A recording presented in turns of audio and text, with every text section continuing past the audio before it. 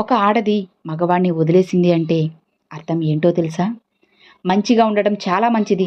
కానీ మంచి చేసే పనిలో అమాయకత్వం కలిస్తే మాత్రం మంచికి చెడే ఎదురవుతుంది అని తెలుసుకో. తరుణోపాయం ఆలోచించకుండా తాహతకు తగిన సహాయాలు చేయడానికి వెళ్ళి నువ్వు ఎప్పుడు కూడా చిక్కుల్లో పడకు.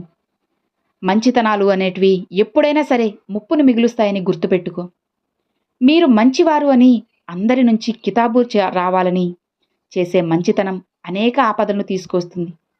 మోసగించడం ఎంత పాపమో మోసగించబడడం కూడా అంతే పాపమని గ్రహించుకోవాలి.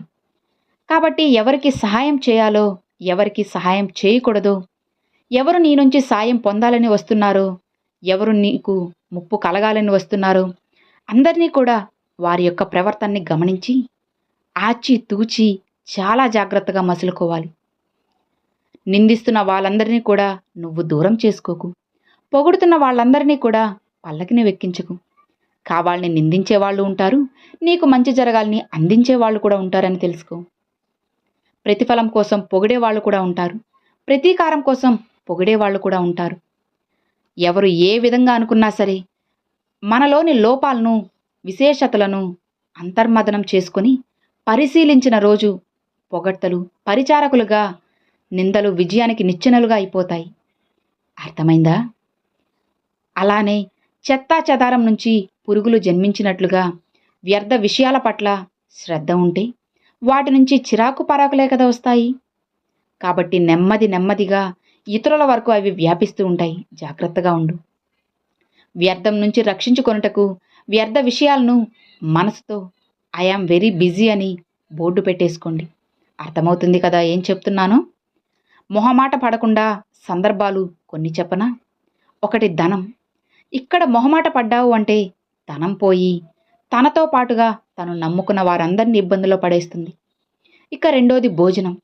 ఇక్కడ మొహమాట పడ్డావు అంటే కాలేది నీ కడుపే కదా, దానివల్ల నీరసం వచ్చి అనారోగ్య పాలయ్యేది కూడా నువ్వే.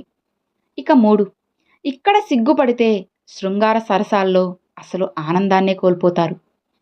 కాబట్టి ఈ మూడింటి వద్ద అస్సలు మొహమాట పడకండి. పుట్టుక ఎక్కడో, చావు ఎక్కడో, బ్రతుకు ప్రయాణం ఇంకెక్కడికో.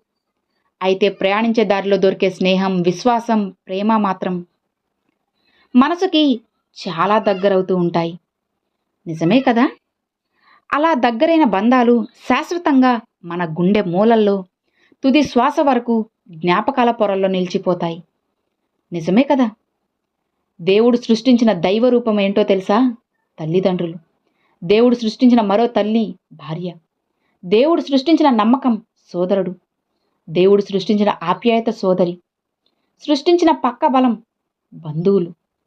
ఆ భగవంతుడు సృష్టించిన స్వీయ నమ్మకం స్నేహితులు. దేవుడు సృష్టించిన అన్నిటికీ అబద్ధమని నిరూపించడానికి మనిషి సృష్టించిన కాగితమే డబ్బు. నిజమేనా? గౌరవ మర్యాదలు అనేటివి ఇచ్చిపుచ్చుకోవాలని అందరూ అంటూ ఉంటారు. కాబట్టి మొదట నువ్వు ఇవ్వడం నేర్చుకోవాలి. తరువాతే కదా ఎదుటి వారి నుంచి స్వతహాగా లభిస్తాయి. ఎందుకంటే ఎవరు ఏది చేస్తే మరలా అదే పొందుతారు అని పరమాత్మని మహాకావ్యం. ప్రేమను పంచితే పోయేది ఏమీ ఉండదు, ప్రేమ పెరగడం తప్ప. కొన్ని విషయాలు తగ్గితే తప్పేమీ లేదు కదా.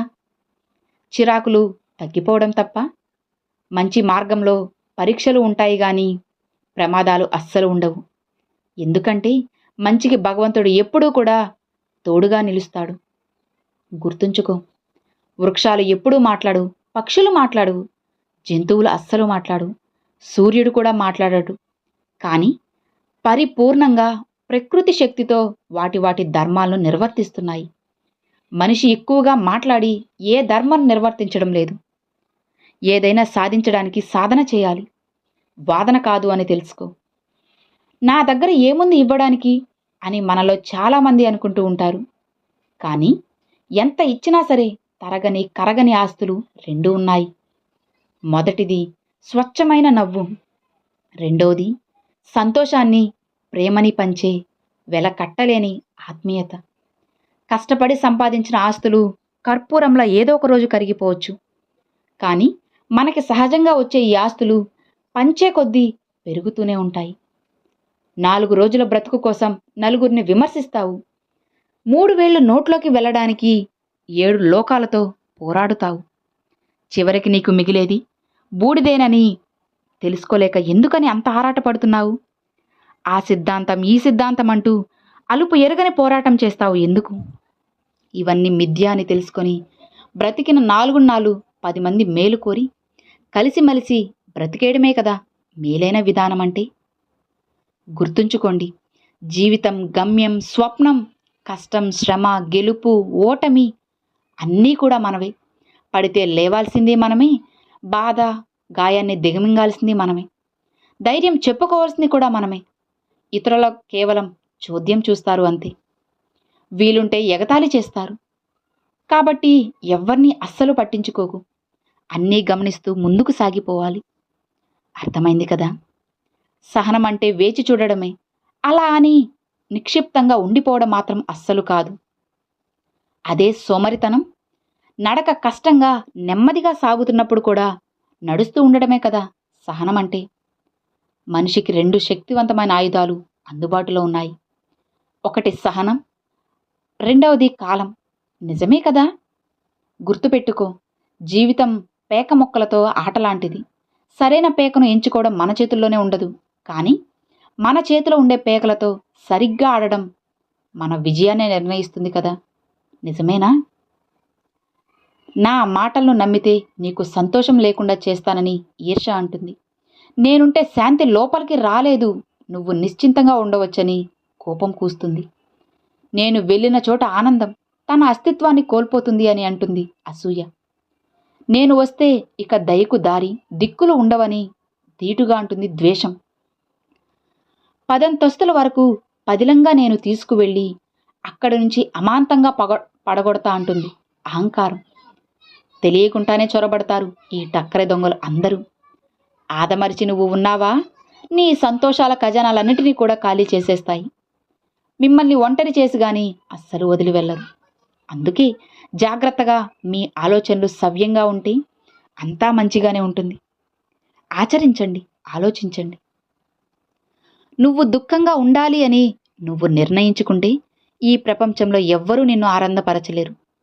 కానీ నీ మనసుని ఆనందంగా ఉంచుకోవడానికి సిద్ధపడితే ఈ ప్రపంచంలో ఎవ్వరూ మరి ఏదీ కూడా నీ నుంచి ఆనందాన్ని దూరం చేయలేరు. నిజమే కదా? క్షమించడం నువ్వు నేర్చుకోవాలి. ఎందుకంటే దానికంటే విలువైనది ఏదీ లేదు కదా.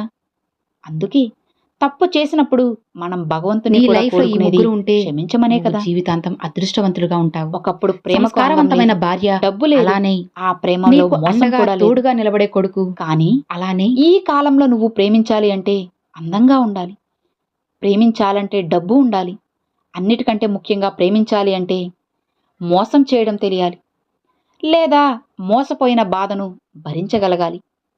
ఇదే నేటి ప్రేమకు అర్థం. అర్థమైందా?